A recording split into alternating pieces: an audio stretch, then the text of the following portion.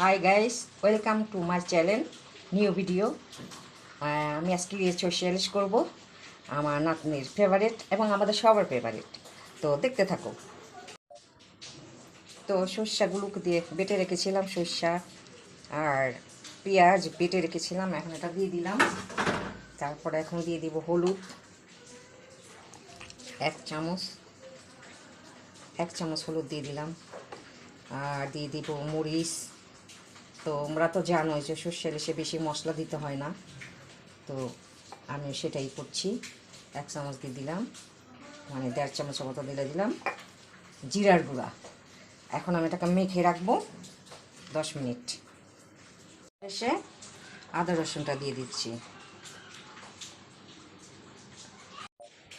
লবণ দিয়ে দিলাম, সর্ষের তেল দিব। এখন একটু দাঁড়াও, আমি সর্ষের তেল দিচ্ছি, সাদা তেল দিয়েছি আর সর্ষের তেল দিব। তেজপাতা দিয়ে দিচ্ছি 3টা। এরপরে দিব পেঁয়াজটি একটু ভাজা ভাজা হয়ে গেলে আমি মাছটা দিয়ে দিব।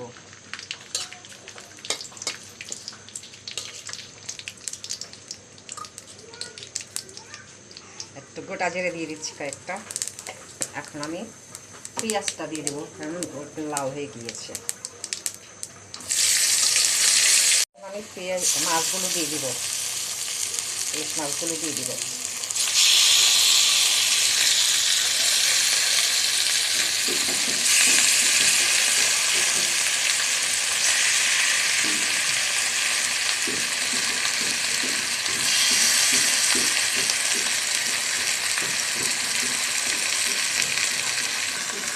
মশলাটা দিয়ে দিচ্ছি। তারপরে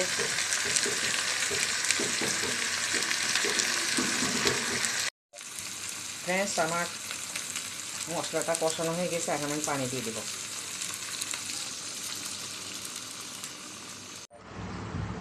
গাইস, আমার রান্না শেষ। আজকে কি রান্না করলাম দেখো, সাদা ভাত, তিতা করলা ভাজি, চিকেন কষা অ্যান্ড মাছ, মানে এটা সমুদ্রের